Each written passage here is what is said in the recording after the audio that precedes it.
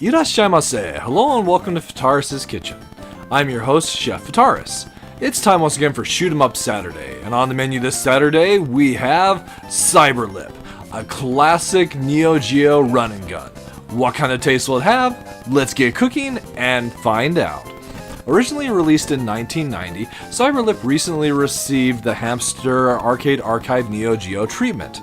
So this title is Neo Geo run and gun that predates the more popular run and gun series on the Neo Geo Metal Slug. In fact, some of the people that worked on this one would later on go to make the Metal Slug series. So what kind of gameplay do we have here?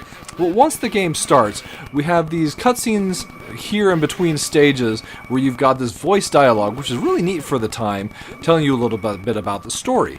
So basically, to summarize it, there's a supercomputer called Cyberlip that's gone insane, and the androids it controls are attacking humanity. So as part of a commando duo of Rick and Brooke, we have to make our way through the city and then later a space colony to take out this menace. So as we play through the game, we'll be shooting at enemies, picking up power-ups, and, well, high jumping. And that's basically it. So we do have several weapons and pickups that we can pick up throughout the course of the game. And one neat feature that Cyberlip does have is you have the ability to cycle through the weapons that you've currently collected. So I just picked up the wide, which kind of acts as a spread, but it only fires one bullet at a time. Not super useful, but it can get us out of certain pinches. There's also the bazooka that we've picked up as well, which is just a powerful explosive shot that we can fire. But here's kind of like a little mini boss section where we just have to defeat the enemies on the helicopter, and then we can progress.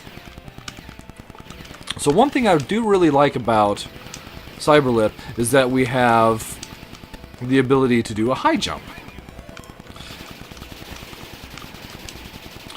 Another item that I just picked up is a Corebot. It basically acts as kind of a roving shield. You'll also come across these weapons rooms where you'll refill any of the ammo for the weapons you've used. I couldn't turn around and get that enemy.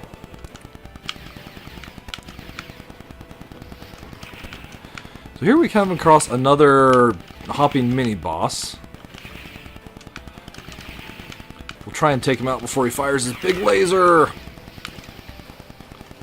So, definitely a fun feature, but we're already to the first boss. If you happen to have the bazooka still available, this boss is not a challenge at all. So there are a total of 6 different weapons in the game if you count the normal. There's the normal, there's the auto, which is basically a faster firing kind of laser. Fire, which is a flamethrower, the wide, which we saw earlier. There's also the bazooka, which I used to complete that stage, and arcing grenade, which you throw at enemies rather than shooting from your gun. So we've, or rather, the space military guy there told us that they're investigating the incident, and they've tracked the supercomputer to this colony, C5. So we're now on the space colony. I missed the fact I picked up the grenade. It's not a very useful weapon in close combat. So now we're on the space colony, favorite background for a stage of mine, and we're going to work our way slowly to the boss. So Cyberlip is a game that is played out over 7 stages, and the stages are relatively short. You might notice that the first stage and this stage have time limits. After the first 2 stages, though, the time limit no longer exists. Most of the stages are quite short, however. So there's some artificial padding, which I am not a fan of, that we will see here shortly. There's also this really big android which is just throwing barrels at us. This is the only time we see him. We knock him down a couple times, and that's it for him.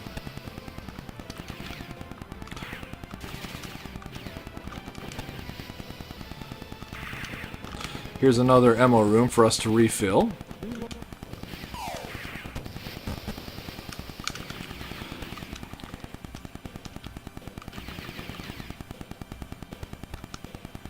And wow, we almost fell down. So here's the boss of the second stage, just this like roving military car that, well, we can make very ineffective by shooting off its wheels.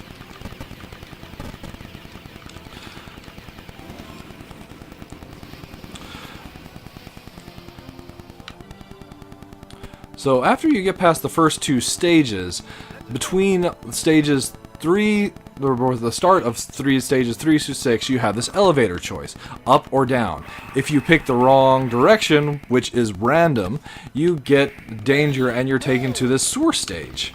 So get used to the stage, you'll be seeing it again and again throughout the course of this run. This also brings me to a great point to point out that we don't have the ability to shoot diagonally. A really huge oversight for this kind of game that, considering the predecessors to it, like Contra, did allow you to shoot diagonally. I don't know why they didn't program that into this kind of a game. For the most part, aside from these turrets on the ceiling, these sections aren't too terribly difficult, as it's more just avoiding these enemies than it is actually shooting them until we get to the end. And that basically is Cyberlip. You do get this awesome vehicle to fly on when you die. I'm not sure why you would ever abandon that, as it lets you shoot the enemy and everything. Ready, go!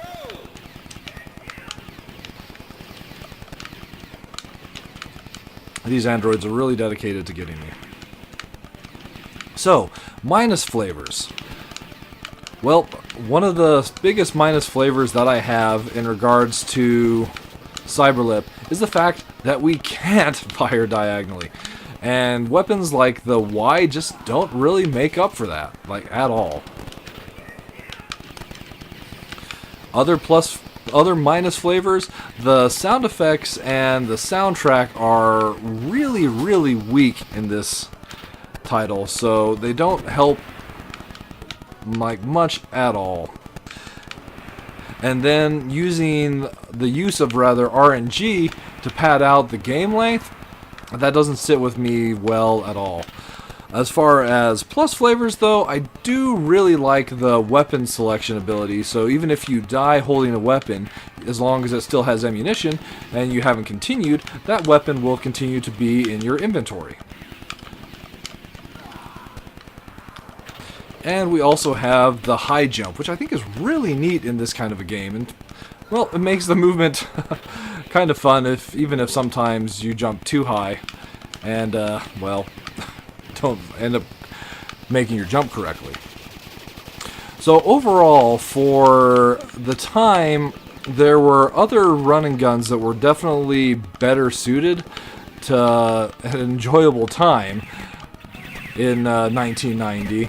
And certainly later on, once you had the titles like Contra 3 and Metal Slug make their appearance. So this was one that's largely one that you can pass over. It's not a notable title really in any way, save for its bizarre name and, well, some of the fun voice acting that's like in there. And the ending. So it's one of those things where if you really are looking for a run and gun and you've played everything else that's out there, then it might be worth your time. But outside of that, I really wouldn't recommend giving Cyberlip a try. Sad as that may be, as it's just at best mediocre. Alright, I hope that'll wrap it up for this week's episode of Shoot 'em Up Saturday. As always, I want to thank you so much for coming out and joining me this week, and I look forward to seeing you again next week. Another miss.